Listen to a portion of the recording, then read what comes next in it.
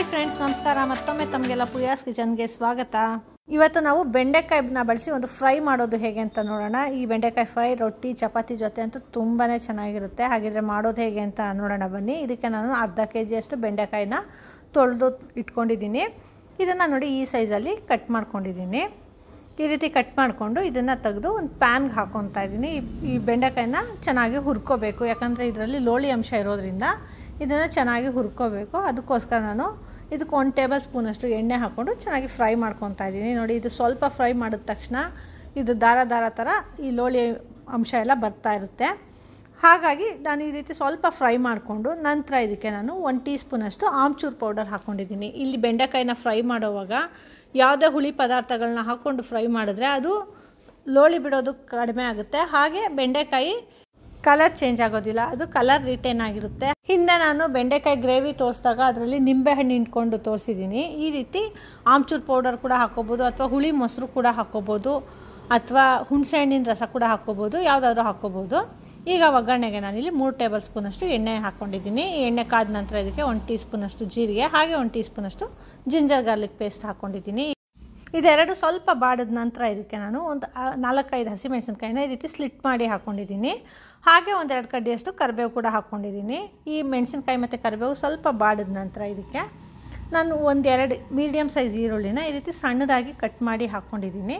ಈ ಈರುಳ್ಳಿ ಕೂಡ ಅಷ್ಟೇ ಕಲರ್ ಚೇಂಜ್ ಆಗಿ ಟ್ರಾನ್ಸ್ಪರೆಂಟ್ ಆಗಬೇಕು, ಆ ರೀತಿ ಫ್ರೈ ಮಾಡ್ಕೋಬೇಕು. ಇಲ್ಲೇ ಈರುಳ್ಳಿ ಆಪ್ಷನಲ್, ಈರುಳ್ಳಿ ಬೇಡ ಅನ್ನೋದಾದರೆ ಬೇಕಾದ್ರೆ ಸ್ಕಿಪ್ ಕೂಡ ಮಾಡ್ಕೋಬೋದು. ಈಗ ನೋಡಿ, ಈರುಳ್ಳಿ ಚೆನ್ನಾಗಿ ಫ್ರೈ ಮಾಡ್ಕೊಂಡಿದ್ದೀನಿ. ಇದು ಕಲರ್ ಕೂಡ ಚೇಂಜ್ ಆಗ ಸ್ಟಾರ್ಟ್ ಆಗಿದೆ ನೋಡಿದ್ರಾ. ಈಗ ಇದಕ್ಕೆ ನಾನು ಒಂದು 3 ಟೊಮೆಟೊನ ಸಣ್ಣದಾಗಿ ಕಟ್ ಮಾಡಿ ಹಾಕ್ಕೊಂಡಿದ್ದೀನಿ. ಈ ಟೊಮೆಟೊ ಕೂಡ ಇದ್ರ ಜೊತೆ ಚೆನ್ನಾಗಿ ಫ್ರೈ ಮಾಡಬೇಕು. ಈ ರೀತಿ ಹಾಕ್ಕೊಂಡಿರೋ ಟೊಮೆಟೊನೆಲ್ಲ ಈರುಳ್ಳಿ ಜೊತೆ ಚೆನ್ನಾಗಿ ಮಿಕ್ಸ್ ಮಾಡಿಬಿಟ್ಟು ಇದಕ್ಕೆ ರುಚಿಗೆ ತಕ್ಕಷ್ಟು ಉಪ್ಪು ಹಾಕ್ಕೊಂಡಿದ್ದೀನಿ. ಉಪ್ಪು ಹಾಕ್ಕೊಂಡ್ರೆ ಈ ಟೊಮೆಟೊ ಬೇಗ ಬೇಯುತ್ತೆ, ಹಾಗೆ ಸ್ವಲ್ಪ ಚೆನ್ನಾಗಿ ಸ್ಮ್ಯಾಶ್ ಆಗುತ್ತೆ. ಅದಕ್ಕೋಸ್ಕರ ಹಾಗೆ 1 ಟೀ ಸ್ಪೂನಷ್ಟು ಅಚ್ಕಾರದ ಪುಡಿ ಹಾಕ್ಕೊಂಡಿದ್ದೀನಿ. 1 ಟೀ ಸ್ಪೂನಷ್ಟು ಧನಿಯಾ ಪೌಡರು, ಅರ್ಧ ಟೀ ಸ್ಪೂನಷ್ಟು ಜೀರಾ ಪೌಡರು, ಹಾಗೆ 1 ಟೀ ಸ್ಪೂನಷ್ಟು ಗರಂ ಮಸಾಲ ಹಾಕ್ಕೊಂಡಿದ್ದೀನಿ. ಈಗಾಗಲೇ ನಾನು ಹಸಿಮೆಣಸಿನ್ಕಾಯಿನ ಕೂಡ ಸ್ಲಿಟ್ ಮಾಡಿ ಹಾಕ್ಕೊಂಡಿರೋದ್ರಿಂದ ಅಚ್ಕಾರದ ಪುಡಿನ ನೋಡಿಕೊಂಡು ನಿಮ್ಮ ರುಚಿಗೆ ಅನುಸಾರವಾಗಿ ಹಾಕ್ಕೊಳ್ಳಿ. ಈಗ ಈ ಎಲ್ಲ ಮಸಾಲೆ ಜೊತೆಗೆ ಒಂದು ಅರ್ಧ ಟೀ ಸ್ಪೂನಷ್ಟು ಅರಿಶಿನ ಕೂಡ ಹಾಕ್ಕೊಂಡು ಮಿಕ್ಸ್ ಮಾಡ್ಕೊತಾ ಇದ್ದೀನಿ. ಈಗ ಈ ರೀತಿ ಎಲ್ಲ ಚೆನ್ನಾಗಿ ಮಿಕ್ಸ್ ಮಾಡಿಬಿಟ್ಟು ಇದು ಖಾರ ಎಲ್ಲ ಚೆನ್ನಾಗಿ ಬೇಯಬೇಕು. ಅದಕ್ಕೋಸ್ಕರ ಒಂದು ಲಿಡ್ ಕ್ಲೋಸ್ ಮಾಡಿ ಒಂದು 5 ನಿಮಿಷ ಬೇಯೋದಕ್ಕೆ ಬಿಡೋಣ. ಆ ಟೊಮೆಟೊ ಕೂಡ ಚೆನ್ನಾಗಿ ಸ್ಮ್ಯಾಶ್ ಆಗುತ್ತೆ, ಹಾಗೆ ಈ ಮಸಾಲೆ ಎಲ್ಲ ಚೆನ್ನಾಗಿ ಹೊಂದ್ಕೊಳ್ಳುತ್ತೆ. ಅದಕ್ಕೋಸ್ಕರ ನೋಡಿ, ಇದೊಂದು 5 ನಿಮಿಷ ಬೇಯಿದ್ರೆ ಸಾಕು. ಈಗ ಒಂದು 5 ನಿಮಿಷ ಆಗಿದೆ. ಇದು ನೋಡಿ, ಇದು ಲಿಡ್ ಓಪನ್ ಮಾಡಿ ನೋಡ್ತಾ ಇದ್ದೀನಿ. ನೋಡಿದ್ರೆ ಎಲ್ಲ ಚೆನ್ನಾಗಿ ಬೆಂದಿದೆ. ಟೊಮೆಟೊ ಕೂಡ ಅಷ್ಟೇ ಚೆನ್ನಾಗಿ ಸ್ಮ್ಯಾಶ್ ಆಗಿದೆ. ಈಗ ಇದನ್ನೆಲ್ಲ ಚೆನ್ನಾಗಿ ಮಿಕ್ಸ್ ಮಾಡಿ ಒಂದು ಸರಿ ಸ್ವಲ್ಪ ಫ್ರೈ ಮಾಡಿಕೊಂಡು ನಂತರ ಈಗಾಗಲೇ ಹುರಿದಿಟ್ಕೊಂಡಿದ್ದೀವಲ್ಲ ಬೆಂಡೆಕಾಯಿ, ಆ ಬೆಂಡೆಕಾಯಿನ ಕೂಡ ಇದಕ್ಕೆ ಹಾಕ್ಕೊಂಬಿಡೋಣ.